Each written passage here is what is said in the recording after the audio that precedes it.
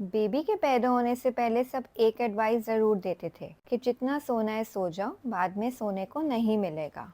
Starting में वेदिका बहुत सोती थी, दिन में भी रात में भी। ऑफ कोर्स पीट्स के लिए उठती थी बट मोस्टली सोती थी। एंड तब मुझे थॉट आता था, वाओ यार, बेबीज तो बहुत आराम से सो जाते हैं। जैसे ही वो 15 डेज की टर्न हुई, उसका स्लीपिंग पैटर्न ही चेंज हो गया। डे टाइम में जब हम एक्टिव होते थे उसे खिलाने के लिए, तो वो कंटिन्यूसली सोती रहती थी, चाहे जितना भी उठा लो, लेकिन वो बिल्कुल भी रिस्पॉन्स नहीं देती थी। नाइट में जैसे ही हम टायर्ड होते थे, हमारा डिनर टाइम हो जाता था, वेदिका का फुल पार्टी मोड स्टार्ट हो जाता था। वो फुली एक्टिव हो जाती थी विद वाइड आईज ओपन। पूरी रात हम उसके साथ उठे रहते थे। देन बस हमने डिसाइड कर लिया कि हमें उसका sleeping pattern gently but firmly change करना ही पड़ेगा। एंड हम सुलाते सुलाते थक जाते थे, लेकिन कई बार 4 या 5 बज जाते थे और वो नहीं सोती थी। एंड मॉर्निंग का शेड्यूल हमारा पूरी तरीके से खराब हो जाता था। मेरे हस्बैंड को ऑफिस जाना होता था एंड वो भी परेशान हो गए थे। पहले मैं सबको बोलती थी कि बिल्कुल शोर मत करो, अपना काम धीरे करो,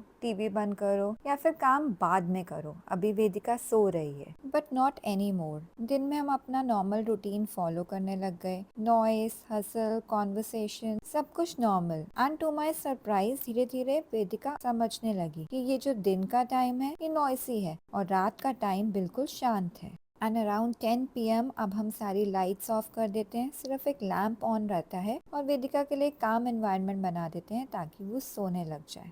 टू माई सरप्राइज अब वेदिका मैक्सिमम 11 o'clock तक सो जाती है एंड वो एक स्ट्रेच में सोती है। 2 बार फीड के लिए ज़रूर उठती है, लेकिन फाइनली वो मॉर्निंग में हमारे साथ ही उठती है।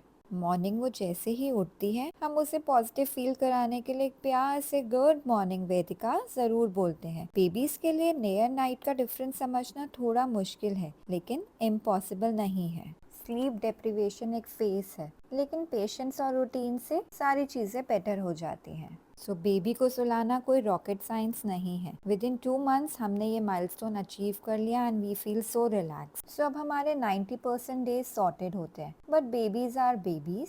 कभी वो स्लीप डिप्राइव्ड होते हैं, कभी वो क्रैंकी होते हैं और कभी उनका मन करता है कि वो गोदी में ही रहे। But it's okay. That is what parenthood is and we enjoy each and every moment of it.